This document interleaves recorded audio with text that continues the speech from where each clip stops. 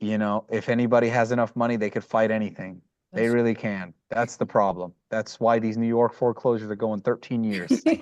And that's why, folks, there's still people who are living in their house when they were in foreclosure in the year 2010 and 2011 and 2012 and 2013. And this is a real thing, and you can look it up.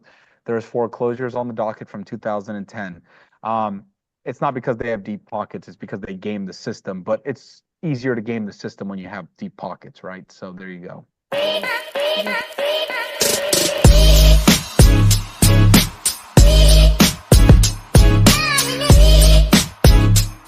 just who's excited? And if you guys know me, turn your cameras on, drop in the chat. If it's the first time here, I love when you guys are very interactive and engaged in the chat. I love when I can see you guys' faces as well. I don't care how you look really, but I like to match a name with a face, especially if we've never spoke before. So if you're able to turn your cameras on, that would be fantastic. If not, that is also okay as well. It's gonna be pretty interesting Zoom. What we're talking about tonight is just lending safely. So whether you are borrowing money, whether you are lending money, and this is also an opportunity for you to learn so you can educate your investors as well. Because a lot of times your private money lenders are not in the real estate space. They don't know about this stuff. So this is your opportunity to build your knowledge. And then that way you can educate them as well. And for those who are not familiar with who I am, I've been doing real estate, I would say probably about like 4 years I've been doing real estate. I was doing real estate the traditional way. And then I discovered sub two about creative financing. And I was like, holy crap, this is a whole different world out there.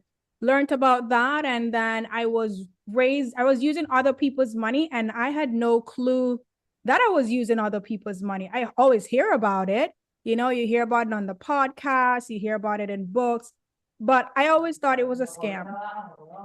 And I was like, this is a complete scam of using other people's money. There's no way this is true. And I remember I was doing a flip in Memphis, Tennessee. This was during COVID, and I was doing out of state investing. And I tell friend and family that, hey, I'm doing this and I need money. Lo and behold, I was there like, hey, here's some money for you to do the project. I was like, okay, perfect. But I'm like, oh my God, how do how do I make sure that their money is protected? That's the first thing that came to my mind. I don't know what documents to use. Guys, I went on Bigger Pockets and I saw everyone talking about this promissory note. I've never heard about promissory note before. So I was like, okay. I went on Google and I was like, let me Google what a promissory note looks like. And I literally just took a promissory note from Google, and we just signed some paperwork. Or the family member had no clue what we were doing or they were doing. They just trusted me with what I was doing and just believed that I was equipped and understood the process. Signed the promissory note. At that point, I did not know about mortgage or deed, and I did not know about all of that and securing property and lien. And I remember I was like, you I'm know what? cringing right now, by the way. I'm cringing. Everything you're saying, my skin is crawling right now, but continue. It's so crazy because then I went to the second transaction and another family member came in. And the way how I structured this deal, which I had no clue how we did that. And I was like, hey, I need some more money because we're not going to purchase this property using a DSCR loan. And because they were going to be in a long haul, I'm like, okay, how will their money be protected? I did a promissory note again. I did not add them to the LLC. I'm just said, hey, I'm just going to give you some of the cash flow. Okay. That's it. That was the agreement. And I remember I'm like, you know what? It's getting to a point where I'm doing more projects, but I need more money. But I wanted to know what was the right way of raising capital and protecting people's money. So I made sure to invest in my education. That way I could now educate and do the right thing. So no more cringing for sure. I wanted to do the right thing, you know? So I'm like, Good. I need to figure out what is the right way how to protect these people money, especially how because I wanted to scale as well. So of course I joined masterminds as well, and I learned all of that. And in doing that for the past 2 years, I've mainly been doing capital raising for my deals and for other people's deal. But another thing also blossom out of that is that I wanted to ensure that if I'm connecting an investor with a private money lender, that their money was protected as well. And I was familiar with certain paperwork and stuff like that. Have I had a loan where the borrower stopped paying? Yes. Have I had loans where the borrower disappeared? Yes. Have I had loans where the borrower is late? Yes, I've gone through it. But what I must say is that my paperwork was airtight. So for loans where borrowers stopped paying, the lender was able to get control of the property. And we just had different, if they weren't making the monthly payment or anything like that, there were consequences in our paperwork to make sure that it was protected. I know persons that use ChatGPT to draft loan documents. I do not recommend that at all. So that's what we're going to go into. So that's just me as well, with as it relates to raising capital. That's my main specialty, is just raising money and just showing persons the right way how to raise money, but ensure that they are protecting people's money as well. And it's good to learn these things, because then, as I said, you can educate your investors. When you're able to educate your investors about certain things, they become so confident in what you're doing and be able to trust you. So without further ado, actually, I want to ask you guys one question to drop in the chat before I introduce Bishoy to the entire thing, is that what are you guys most excited to learn about tonight? Drop that in the chat. I'm super excited as well. It's a good question. I like that question, because it gives you and I a good kind of point to where to take the conversation. So that's good. And that's the thing too. Like, I have questions as well, but I know, like, based on our conversation, we spoke about this for sure, that we can continue to talk and talk and talk. Yeah. I want it to be for sure, very helpful. Come on, guys. Happy St. Patrick's Day to everybody. St. Patrick's Day, yes. Yeah. Oh, how to save the land. Love it. Yes. What to look for in lending contracts and bond. I love that. And I love, Mikhail, that you didn't ask how to draft paperwork, because I heard someone talk about drafting paperwork. You are not an attorney. Do not draft a paperwork. So that's pretty good. One more. I need one more. You guys are here for a reason. It's not to soak up all the info. What is the best way to structure the paperwork so that if at any time during the deal the borrower is not performing, you can get control immediately? Ooh, that's a good one. Good question. Very good question. All good questions. Damn. Okay. So I'm going to jump right in, and I want to introduce Bishoy as well. I met him through a mutual friend of mine who's also a really good borrower that I raised capital for.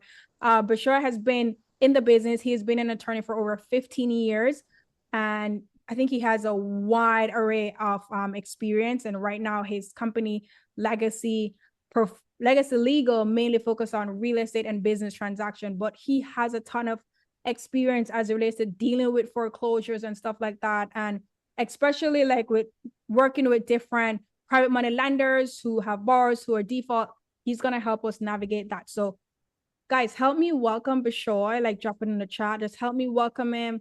Please, some energy. If you guys are new here, you know, I love energy. Come on. You guys should know that. I love the energy. You got a lot of it. God, I love it. I'm like, oh.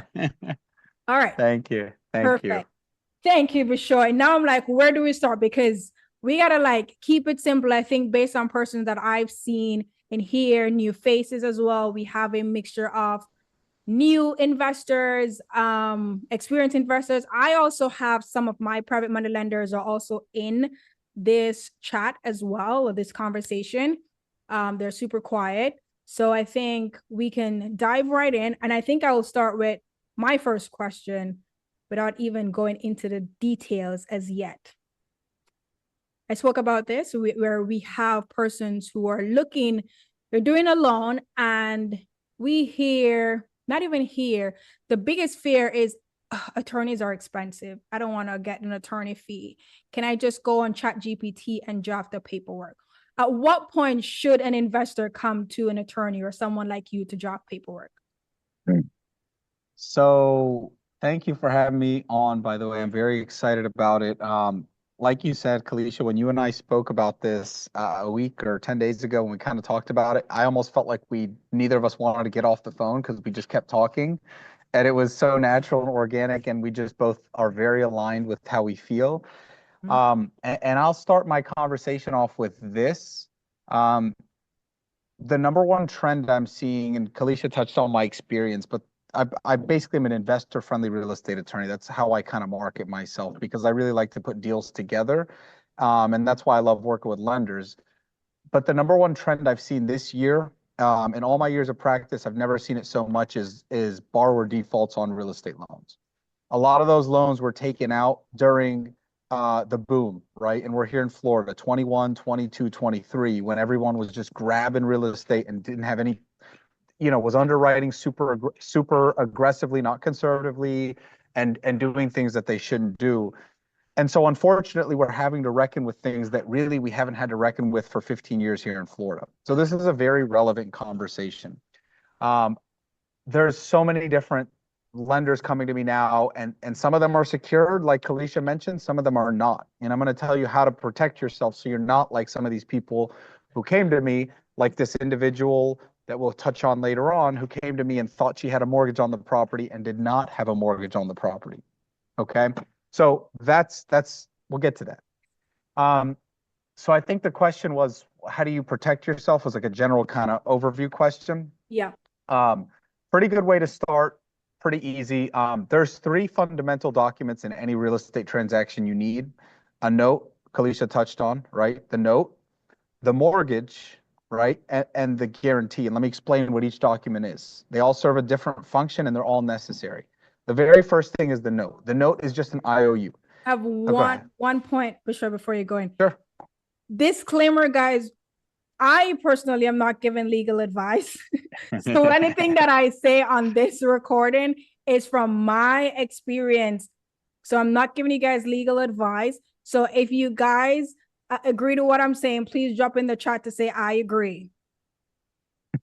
I got to put my disclaimer on. I need at least 3 people to be like, I agree. Thank you very much. Okay, Bishoy, you can continue. I am not giving you legal advice unless you pay me to do so, and then I can give you legal advice. So this is just general insights into my experience as an attorney. So look, there's 3 basic documents that you need in any real estate transactions, the necessary documents. There's a promissory note, which is an IOU. It says, I owe Kalisha, my LLC owes Kalisha $100,000, right? At 6% interest or 12% interest, payable in 24 months, interest only, whatever. That's important. That's the promissory note. The second document is the mortgage. The mortgage is what secures the note. And you typically want a first mortgage against real estate, because then if I don't pay Kalisha, she can then foreclose on the real estate that's mortgaged. That's number 2. If you've ever played Monopoly, you know what a mortgage is. And number 3, a personal guarantee. And this, in today's environment, may be the most important document. A personal guarantee is necessary to make someone personally liable for a loan. As we know in Florida and in any state, if you have an LLC, which is how most people buy real estate, it's an LLC.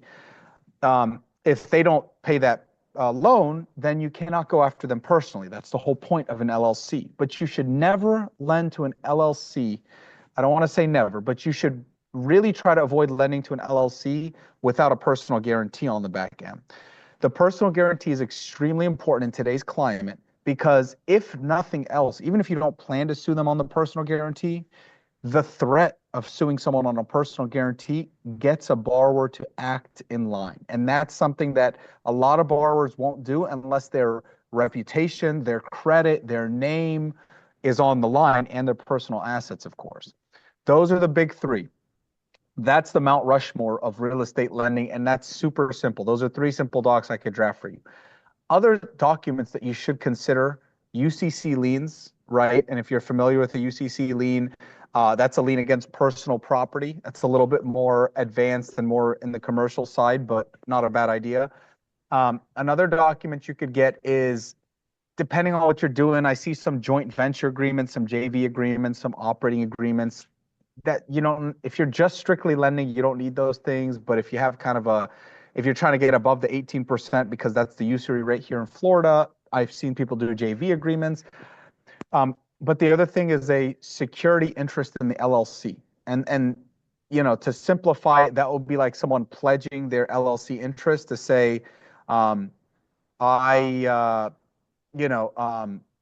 I'm borrowing with this LLC. I'm going to give you the membership shares in the LLC so that if I don't pay you within X amount of time, and it's all stipulated in a security collateral agreement, then I give you the shares back of the LLC, and then you own the property. Right. That's how it works in theory. It's not always that clean, but that's the idea. Those are bonus documents. But the big three: note, mortgage, personal guarantee. The personal guarantee, this is something I'm glad you mentioned it, where for someone who want a personal guarantee, that's where you also go to an attorney and go to someone like you for a personal guarantee. A lot of times, if you guys ask a title company to draft a personal guarantee, they would tell you that they do not do it. You got to provide your own. So that's one way of knowing. That's when you go to an attorney to get that done. What I've seen as well for the personal guarantee, mistakes that persons make is that they put the LLC on the personal guarantee. Can you clarify what name as the borrower that should go on the personal guarantee? You need to put their full legal name, their legal name, individual legal name, not the company's name. The company should not sign a personal guarantee. I mean, you can have a corporate guarantee. CVS, for example, when they do a triple net lease, there's a corporate guarantee. But you're not CVS, and your borrowers, you're not lending money to CVS. I bet you that, right? You're lending money to somebody who's buying 1 or 2 or 3 or 10 flips.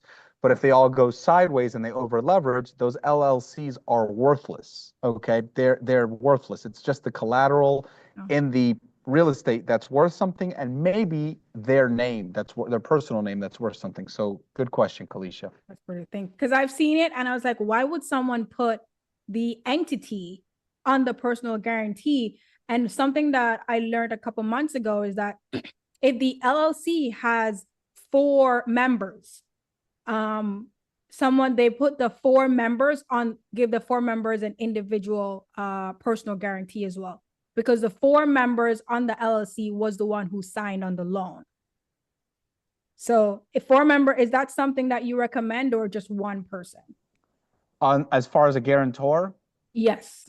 The more the merrier. And the more you can get, the better. It's not like a rule, but look, I just closed a loan today, commercial loan with a big bank in town, and they had 7 guarantors on the loan. And they had 1 borrower, and the borrower had 7 members, and they made all 7 members guarantee the loan.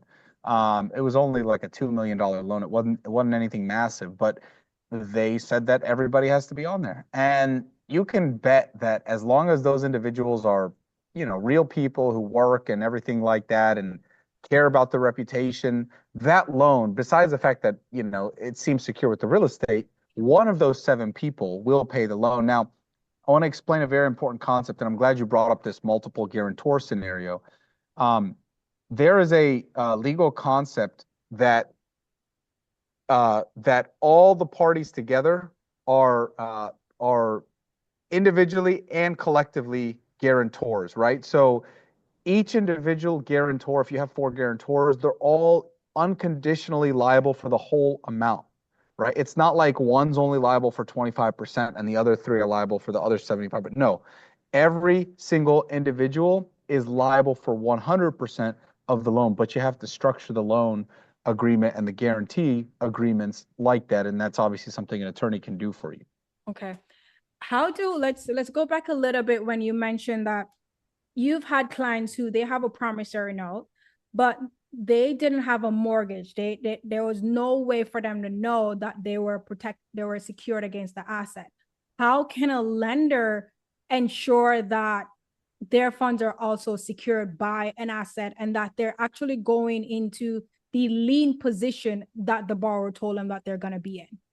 Well, you have to do a title search, right? You never do a loan without having a title search. You need to know what is on the record, what is going to be above you in first position.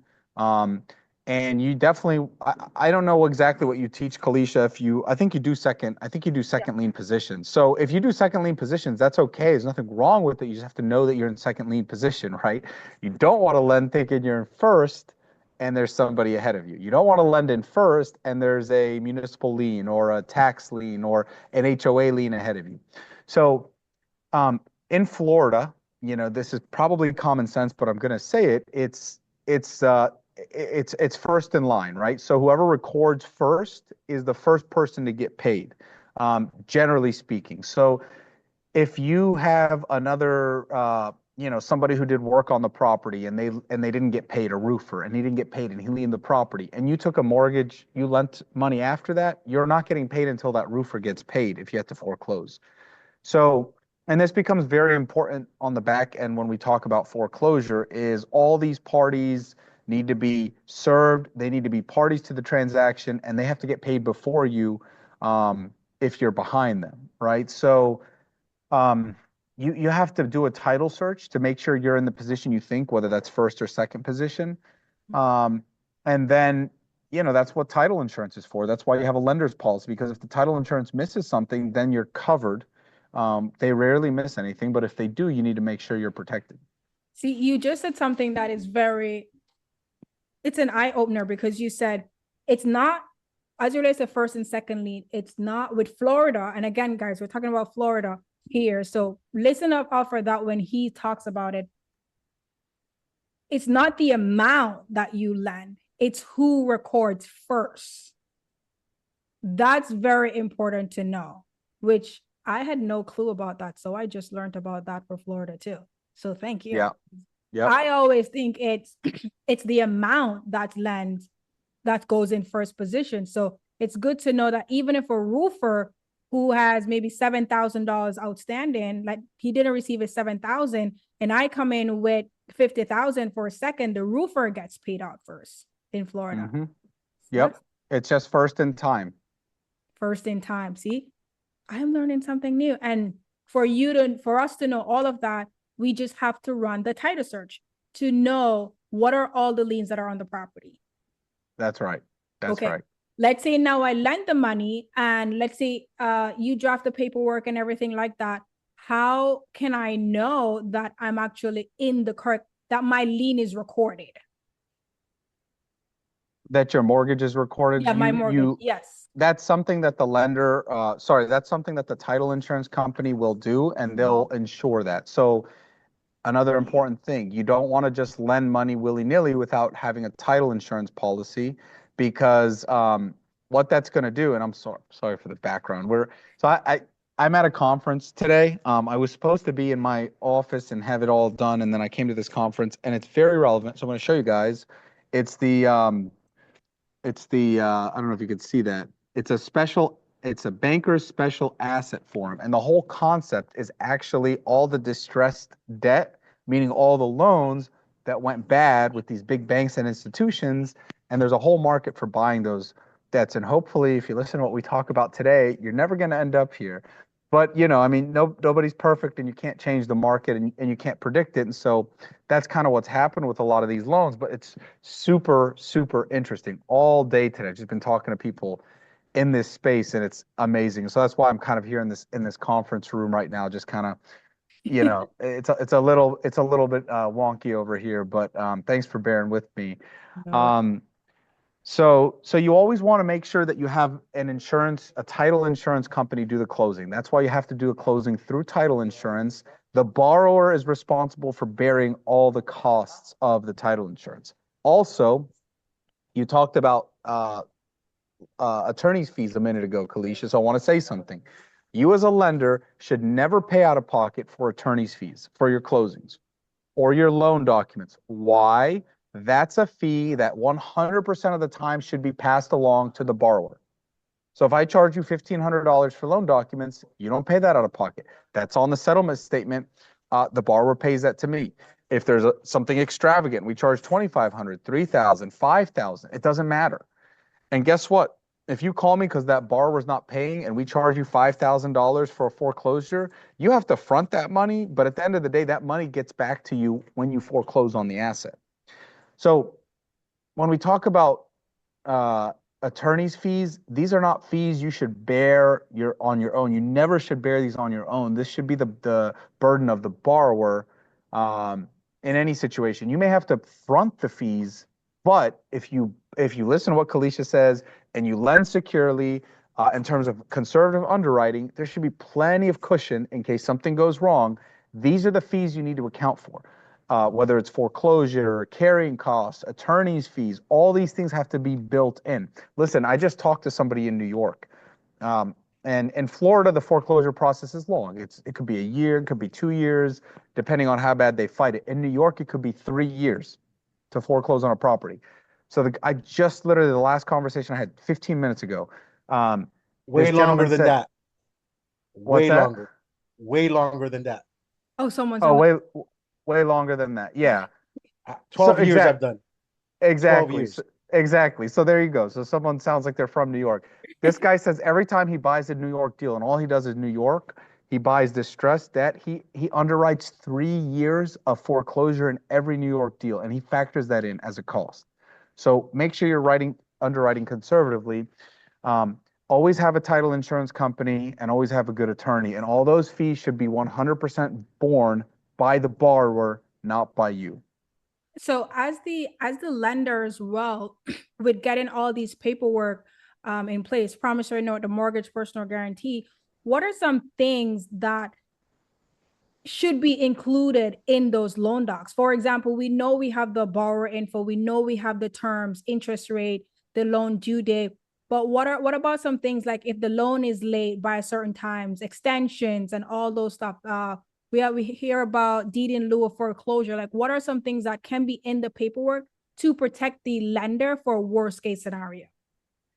I just accelerated a note last week for oh, just short of $1 million because the note had a clause in there that said, I represent the lender. The note had a clause in there that said, if at any time the lender feels unsecure, the lender may call the note due and accelerate payment of the loan, um, in their sole discretion. That's pretty damn powerful. You're not going to top that. Um, you know, I don't know how I don't know that that's if that got challenged in court, would that hold up? I'm not 100% sure, but that's a good clause to put in there. But maybe a borrower doesn't agree to that, but you typically will have some sort of a debt service coverage ratio. You typically will have some sort of a if you have insurance requirements in there, right? So if the insurance lapses, that's a default. If they transfer the property, there's a due on sale clause. So we kind of build in protections to make sure that they're doing everything that they can. And, we can build in anything you want. So a debt service coverage ratio, for those who don't know, means that the property's cash flowing. So you may say that the borrower has to be making at least 125% of the mortgage payment in order for them to be in compliance with the loan. And if your payment is $1,000 a month that they owe you and they're only making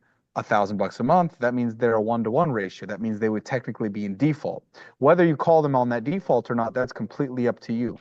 But you have the right to. And so, those are the kinds of things we build in. We could build in other things if it depends on the kind of property, the kind of loan, the kind of situation. If it's a fix and flip, it's different. So you can kind of build things in as you need, based on your concerns. I think that's probably a good way to put it, but it's very customizable. Because what you just said, one way I've seen this term built in was if it's that by month 6, by if there's a 6-month loan, and if by month 5 the lender feels on like their money isn't secured, and the borrower did not give an update or anything like that, so they built in where the borrower has to give a monthly update. And if by month 5 or any time during the loan period, if that borrower does not give them an update about the project, they can take control of the property. And I was like, wow, for them to put that in the paperwork, That was pretty interesting because I've never seen that before.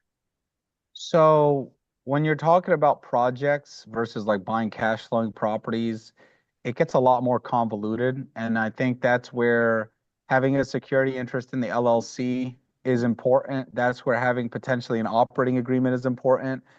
Um, First of all, no lender wants to take over a project. That's just not what lenders want to do. They don't even want to take over cash flowing assets, let alone a project. That's just not the business of very few lenders. Less than 5% of lenders are loan to own, right? Most of them don't want that. They are lending because they want a headache-free cash flow. Yeah. And that's what they get when things are good.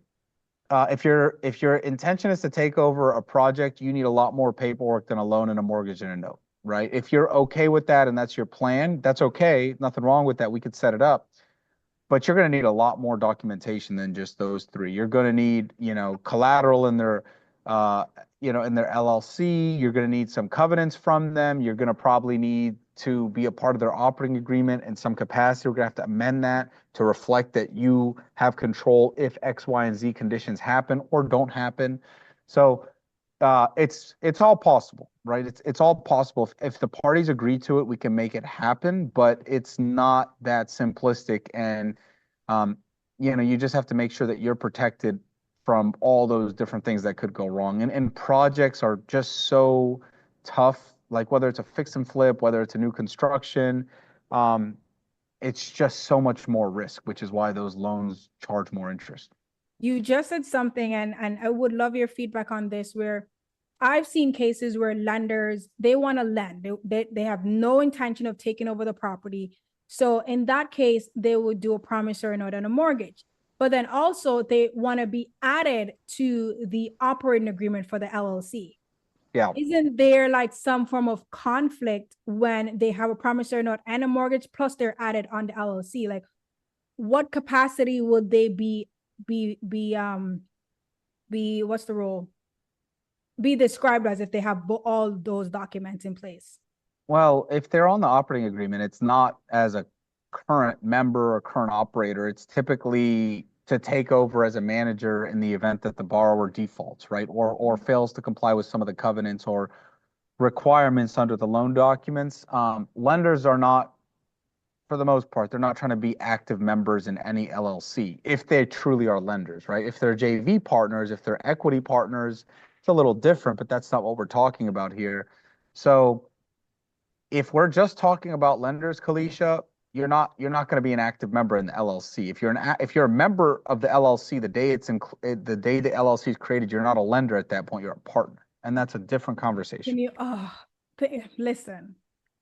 I've countless times people have come to me and they're like, "Hey, I want to be added to the LLC, but I also want to promise on a mortgage." I'm like, "What do you want to be? Do you want to be a member or partner in this deal, or do you want to be a lender? Like, make up your mind." And then I've had lenders who be like, "No, Kalisha, I need all three documents." And I was like, I don't know how else to explain this because I cannot give you all three. You got to pick a role. Do you want to be a lender or you want to be a partner in this transaction? It's very common that I've seen that a lot.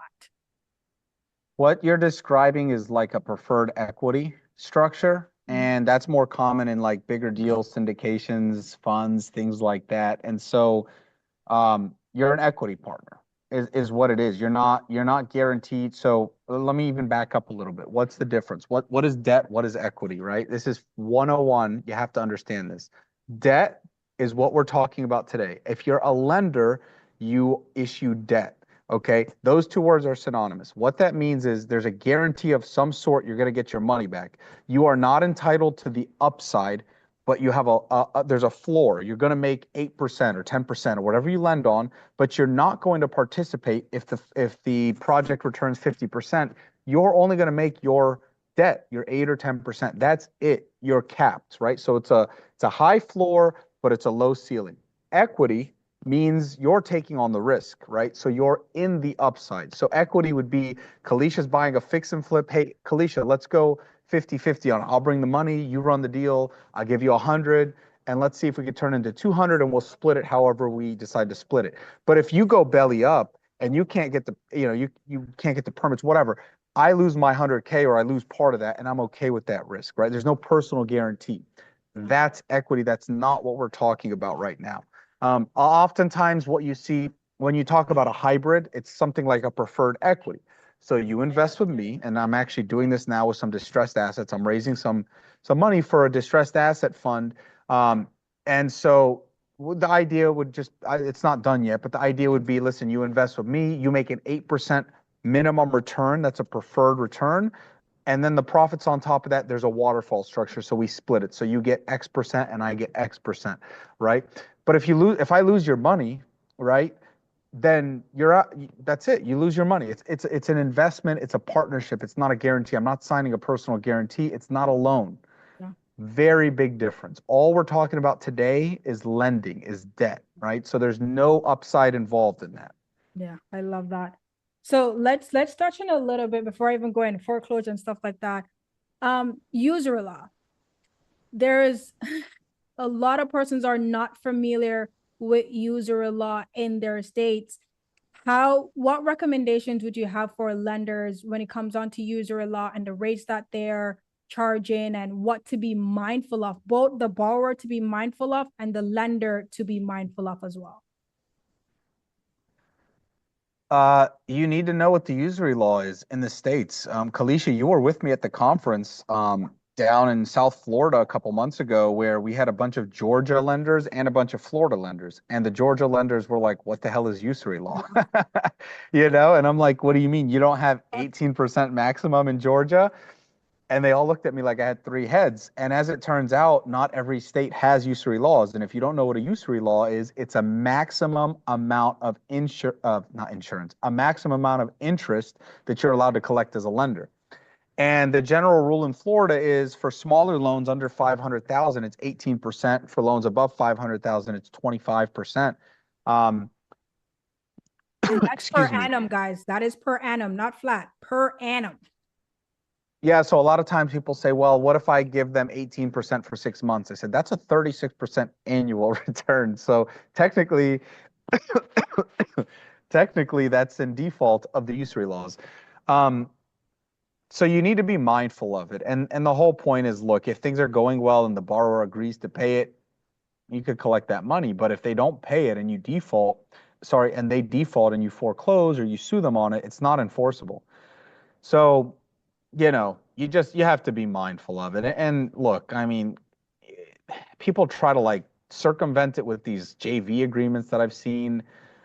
These things, I mean, they're not good documents. You're again, if you're a lender, you can't be participating in the upside. Otherwise, you're not a lender at that point. You're a participant. You're a limited partner. So get with me, right? You want to lend money, you need to hire someone who knows what they're doing. I am dealing right now, I guess this is the time where I'll tell you guys, I'm dealing right now with so many deals that are gone belly up.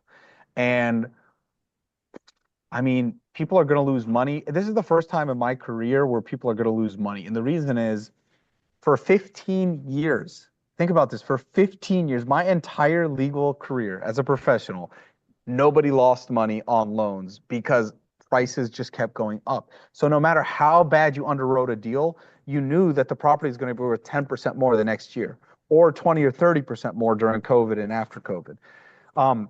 It's just that's obviously not happened. We're hitting a correction. The market is in correction territory here in Florida, and especially in Tampa Bay where I am. And people are losing money. And these people who put together these syndication deals because they took one damn webinar in 2021 and raised and bought multifamily at a 3 cap and underwrote rents to increase at 7% a year and underwrote insurance to stay consistent and underwrote property tax to stay consistent. It's all going the opposite way. Those people are losing their shirts. And guess what? I'm in a room full of sharks, people who are buying this debt, this distressed debt, because now it's not worth what they lent. So they're now the market's trying to figure out how much it's worth. The whole point I'm trying to say here is that you need to have someone on your side who understands what the risks are. You need to underwrite conservatively, and there is blood in the water right now. So if you're new to the game, let this be a cautionary tale that losing money is a real thing. You don't just the number one rule with lending is preserve your capital. You cannot lose money if you preserve your capital. Even if you don't make interest on it, preserve your capital and you'll survive and fight another day. Don't make risky loans. Everybody wants money. There will be another day, right? But you got to be patient. And I give you some wisdom, right? I paid thousands of dollars to be here today. I'm not joking. And my flight got here at 2 in the morning today. My flight from Tampa to Miami. I got in at 2 a.m. I was here at 7 a.m. But I'm gonna save you guys the time and the headache. But one of the lenders, what he told me today, we bet on the jockey, not the horse. And I want you guys to think about that. You're not betting on the property. You're not betting on the asset class. You're not betting on the trend. You're betting on the sponsor. And the sponsor is the borrower, and the borrower is the guarantor, and that's who you're betting on. And that is the single most important aspect when you're underwriting. Of course, the collateral has to be there. Of course, the LTV has to be below 80 or 75 or 70 or 65 if you're really a good lender. Of course, the asset class has to make sense, but the most important thing is the borrower. That's the most important thing. And once you build a rapport with a good borrower, they'll come to you, you'll come to them, and it'll kind of be a thing where you trust each other. And that's the euphoria, and that's that symbiotic relationship that every lender and every borrower wants. Yes. But it's very elusive, and you have to find the right borrower for yourself. So I say all that, but just make sure you have good guidance. Make sure you have someone who knows what they're doing, reviewing all your stuff beforehand. Make sure you're not getting into an equity situation. Make sure you're not violating usury laws. And if the borrower defaults, make sure you're taking all the right steps to protect your interest. Yes. Segue. Yeah. Which is, yes, I'm like, that's the perfect segue into foreclosure. Okay. So now let's say we want to prepare, like, just in case this borrower, they don't pay by the loan due date. What are some things that we can put in the paperwork, or should the lender be mindful of to either for them to automatically get full control? Some persons don't want to go through the foreclosure process, so person will put like they automatically get the title and all that. I've heard different stories. How would you approach that? So one of the more creative things I do a ton of land trusts. And land trust, if you're a real estate investor, the best way to hold real estate in Florida, and there's no questions about it, right? And I'll tell you why. Number one, privacy. You have complete anonymity. Nobody knows who you are, right? So I tell my clients, you can't shoot what you can't miss. You can't shoot what you can't see, excuse me. And so if you have creditors chasing you, attorneys want to know who you are. Your kid gets in a car accident with your car, and the attorney's searching who you are. All of that stuff, nobody can tell you own the real estate if it's in a land trust. Number one, if it's set up properly, which I know how to do. Number two, and this is only in the state of Florida. Out of all 50 states, we are blessed to have the only state that has asset protection, limited liability if you have property in a land trust. What that means, if you own your rental properties in a land trust, you have the same liability protection as if you were holding in an LLC, meaning if someone slips and falls in your property, they can come after the land trust, but they cannot come after you personally. And so it's limited to that one property if you structure it right and do it on a 1-to-1 ratio, which you should. And the third thing is estate planning, right? So if you hold assets in a land trust and you have kids or whoever you want to pass the property to, if you don't have an estate plan and you don't have a trust, it's going to go through probate. Probate is expensive, it's time consuming, it's painful. You don't want to do probate. Either have a trust and have all your properties flow through that trust, or have them all in land trust where you dictate who the beneficiaries are, and upon your death, immediately to your beneficiaries. That's generally why we like a land trust. But what do? I do a bunch of creative deals with land trusts, right? Because they're so flexible. And I do a ton of subject twos, and I have a subject to package that I sell to my investors. And it allows them to purchase property subject to the current mortgage without letting the lender know who owns the property, without triggering the due on sale clause, while the seller maintains control that things will get done or they could take back the property. Without boring you with all the gory details, we create a conditional assignment of beneficial interest in which, the borrower has a right in the beneficial interest, but it's subject to them complying with the terms, in this case, paying the note. And if they don't do so for fill in the blank days, 30, 60, 90 days, you automatically take back that property. So there's no foreclosure process because a beneficial interest in a land trust is not real estate. it's personal property. Personal property does not require foreclosure under Florida law. Real estate does. There's a lot more protections for owners of real estate versus personal property. And so all of that is a super long, complicated way of saying there are ways to structure it to take back the real estate much quicker if you're willing to do it through a land trust. It's a little bit more risky, but it's also a little bit, it protects you better as a lender at the end of the day. So that's one thing I propose to some of my clients if they're comfortable with it. We don't have. Would you say the land trust, the way how you just explained it for the land trust, both a lender and an operator can take that approach? Yes. Okay. Yes. Okay. Guys, also in the meantime, if you have questions, drop them in the chat. Because I'm gonna start like pulling the questions from the chat to ask Bishoy. You can continue, Bishoy. Yeah, that's one of the biggest ones. I mean, at the end of the day, you can put whatever you want to put in the document. It doesn't mean it's enforceable. I could say in there that you have to sell your firstborn child to pay the note, and that doesn't mean that it's legit. You know what I mean? But so we have to be careful what we put in there. I'm always in favor of putting more in there and then letting them sue me or go, we litigate it and then the court decides that it's not enforceable. So, we could put that. That's like I mentioned, that's what I was alluding to with that language earlier, right? It's like whenever I, as a lender, feel uncomfortable, I can call the note due. I think that's enforceable, but if we got into litigation, maybe it's not. Depends on the judge, right? Depends how they feel. So I'm always in favor of putting more stronger terms in there as a lender. And then you want the ability to take the collateral. You want the ability to take over the company that owns the real estate, which is the LLC, which is what that security interest in the LLC, where they collateralize their LLC.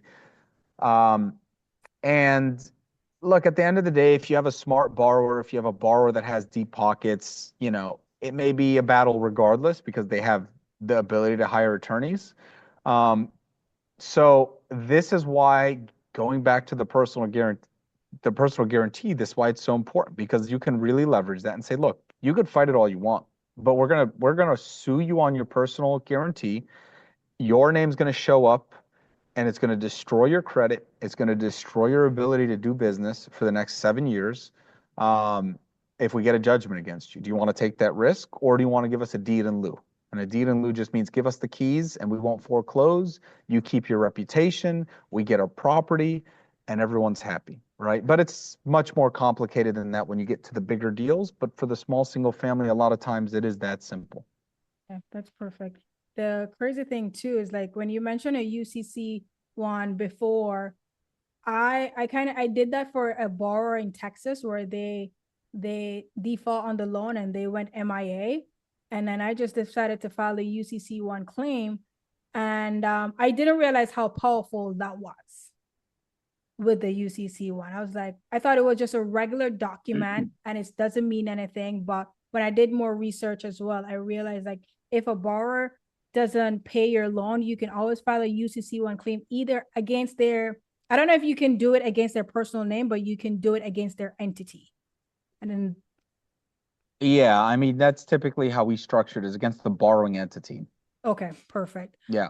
I'm going to touch some questions in the chat as well. And Jace asks like, what if the attorney requires fees up front, like for a transaction? I typically do, by the way. I typically do. I don't like to wait till closing to collect. Because if they don't close, they don't pay me, and I don't like that. I don't work for free. I'm really responsive. I'm really good at what I do, but I also like to get paid. So that's something that we could talk about. It's a case by case basis. I mean, once we get comfortable, I'm fine kind of taking things on the back end if that's what's necessary. But typically up front, I don't work for free, so I do collect something up front, and then like I said, we could work it out. So you got to be comfortable with your borrower.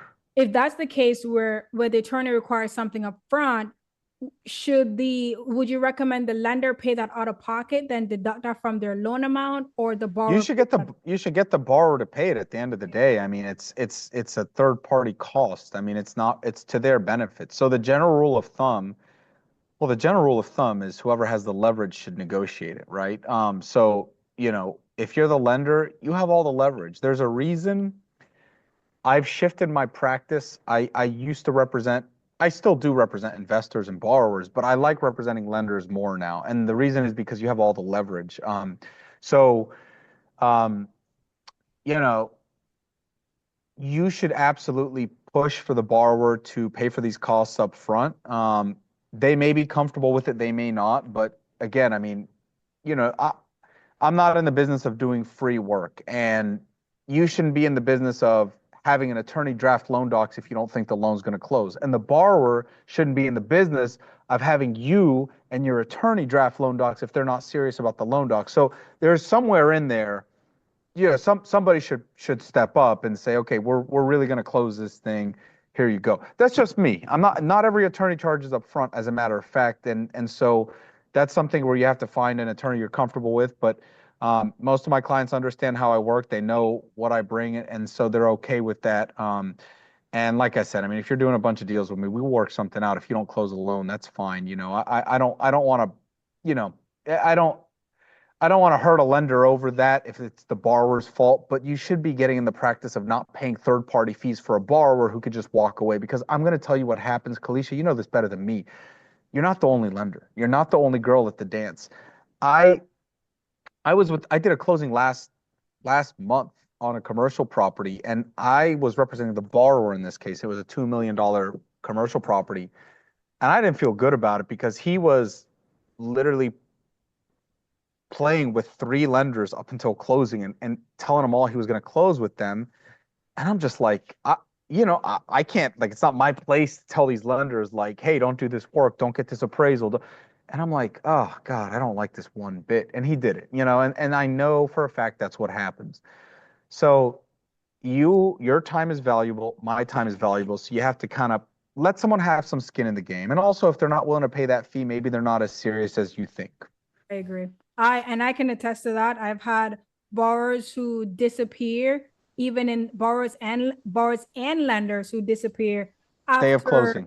Yeah, Day of and I was closing. like, all this fee, who's gonna pay for this now? And like, it's just a waste of everyone's time. So I get that 100%. Billy's question is, what should our operating agreement for an LLC include in when we are lending private funds? Again, if you're on the LLC and you're a lender, you're not a lender. Unless there's just like a specific clause that says that, references the loan agreements, the loan documents, and says, this lender has the right to take over if XYZ happens or doesn't happen, then the lender takes over. You shouldn't be a member on that LLC. Again, if you are, that means you're literally a partner, a limited partner, but you're a partner. You're not a lender. So you need to just you need to understand what your role is in the transaction. And, you could muddy the water that way. I think Kalisha kind of referenced that a little bit earlier, but you don't want to muddy the water. If you're a lender, be a lender. If you're a partner, be a partner. Don't confuse it because that could end up backfiring. Yeah. I'm sorry. Can I clarify? I was saying like if like it's my business, my LLC, and I plan on just giving loans. So in my operating agreement for my LLC, when I'm forming it, like Oh, what okay. should I include in that is what I was saying. In your Not own lending company's LLC operating? Yes. Who owns the LLC? Is it just you? Just me. Like I'm lending out to others, like if that's what I'm doing. Oh, you don't need an operating agreement if you're just a sole member. I mean, you really don't need an operating agreement unless you have a partner. If you're gonna have a partner, that's a different conversation. But if it's just you, you don't really need an operating agreement unless, like, you're borrowing money and a bank wants to see one, then we can put one together for you. Okay, thank you. Yeah, you would just be writing rules for yourself, which if you want to pay me to do, we could do. But I don't like taking your money unless I can provide value. There's not much value in that. Love it. Maria is asking, could you be in the operating agreement and avoid foreclosure? Could you do what? Could you be in the operating agreement and avoid foreclosure? That goes back to what we were talking about earlier. And, is it legally enforceable? That's probably a different question, but could we set it up that way? Yes. In the sense where you take over the LLC. If they don't pay for, let's call it 60 days, you have a security interest in the LLC. You take the shares of that LLC. The LLC owns the real estate, and the operating agreement specifies in there that, XYZ lender has the right to take over these shares and control, takes over full management of the LLC in the event of XYZ. So that's how I would structure it. If they have deep pockets, and they want to challenge it, they can, and then we'll see you in court.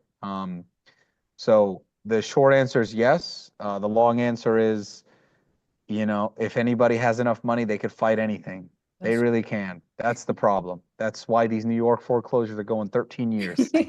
and that's why, folks, there's still people who are living in their house when they were in foreclosure in the year 2010 and 2011 and 2012 and 2013. And this is a real thing, and you can look it up. There's foreclosures on the docket from 2010. It's not because they have deep pockets, it's because they game the system, but it's easier to game the system when you have deep pockets, right? So there you go. Ooh. Okay, so we got two more questions. Kyle, this is going to be a long-winded one. It said, for a sub-2 deal, is there any risk if the beneficiary of the land trust are 10% seller and 90% buyer? I was told to keep the seller as 10% to prevent the due on sale clause in the land trust. Well, that's kind of a loaded question because you're probably, first of all, you're probably still at the same risk for violating it. I could see why that would be a good defense, but then how do you get rid of their 10%? If you sell the property, theoretically, they're owed 10% of the profits, so there's a risk on that side. Could you get super creative and create a clause where you could buy back their 10% for $1? And I'm just thinking off the top of my head, sure, you could get really crazy with it. I don't really subscribe to that 10%, 90%. I'm not saying there's no validity to it. It's not something that I do. The Garn-St. Germain Act of 1982, I believe, that's enough protection, in my opinion, that moving a property into a revocable trust doesn't allow a lender to call it due if it's done for estate planning purposes, which we're always going to contend that it is. So, Kyle, hope that helps. What does the average Florida foreclosure cost is like? There's no average foreclosure in Florida because if it's uncontested, it could be as little as $4,500, $5,000. If it's contested, it's by the hour, right? So, it's definitely no average. It could be tens of thousands of dollars, and again, that's why you need that cushion. And that's why deep pockets. You have a deep-pocketed borrower. I mean, you may be better off suing on the guarantee than foreclosing. So that's why. Before you're up next, Sergio, if you guys are also a lender and instead of always jumping to foreclosure aspect, call someone like him, because then, as you said, some aspect, it may be better to do a personal guarantee, go after the person rather than foreclosing because of all the cost of what it's going to cost you. Sergio, go ahead. Happy St. Patrick's Day, Kalisha, Bishoy. How are you guys doing? Good. Good. Big cough. Yes, sir. Question, sir. So I'm a guy that I do a lot of raising private money, talk to a lot of small independent business owners, that kind of stuff. I've heard some stuff where people are talking about they don't use a personal guarantee. What is the pros and cons to that, especially now that things are starting to change? And because I'm trying to line up money for, just a lot of stuff that I'm seeing coming on market, a lot of default, the debt you were talking about, the conference, and just want to get your opinion on what you think is, I guess, pros and cons of why I hear some of these other private money guys saying that they don't make a personal guarantee. That's an easy answer. There's no upside. There's no pro as a lender. There's no pro. The pro is you're going to get more deal flow because you're going to get borrowers who are like, oh, I don't have to, it's a non-recourse loan. So I don't have to personally guarantee it. But as a lender, there's no upside to doing it that way. You just have less things to go after. You have less leverage in the event you have to use your leverage. So I don't want to say I don't recommend it because you could maybe make deals work that way, but as a lender's counsel, I would advise to try to get the PG every single time. Right. Listen, I do a lot of institutional lending. I do a lot of family office lending. I do a lot of banks and credit unions. They will never lend without a personal guarantee. I'll tell you that. Okay, gotcha. Thank you. Bet on the jockey. Yeah, perfect. Thank you. For sure. I know we're right at the 8 o'clock mark. It's 8:03. Any tips or advice that you would give to persons on this call who are looking to borrow funds or even to lend funds as well? Yeah, I mean, look, it's important to have an attorney on there. I'm not just saying that to push myself, whether you use me or not, that doesn't, it doesn't matter to me. But get an attorney involved early on. A lot of people are scared of the cost of an attorney. It's not, it's relative to how much you're going to pay on the back end. It's not, it's, this lender that I'm working with, she's a private lender. And she's probably going to lose 6 figures on a deal because she trusted the borrower's attorney to draft the documents, by the way. It was not a smart thing to do, in my opinion. So don't trust a borrower's attorney, that's for damn sure. Don't trust your family law attorney that did your divorce. Don't trust somebody who's, hire a real estate attorney to do this. This is what I do all day. I live and eat and breathe this. That's why I'm at this conference right now. Make sure you're protected. The money you pay on the front end is a fraction of what you could lose on the back end: time, headache, heartache, all that stuff. So that's what I would say. If you want, I've created a couple checklists in the past and actually more recently for just things to look out for. I'm going to drop my my Instagram handle on there. It's @attorney Bishoy. Go ahead and give me a follow and just DM me the word lender. And what I'll do is I'll send out, it may not be tonight, it may be tomorrow or later this week because I'm traveling, but I'll send you guys those. They're just one pagers. It's like 2 or 3 one pagers, and it's just tips for private lenders, just, for free. Take a look at them. Good things to think about before, during, and after the loan, right? And when I say after, I mean when things go sideways. So those are things to do. Hit me up on there. Give me a follow, and always happy to chat and see how I could provide value. Awesome. It was definitely a pleasure having you. And I know we'll definitely be doing a part 2 because I think these are conversations that we should always be having. And persons are always afraid to go to an attorney.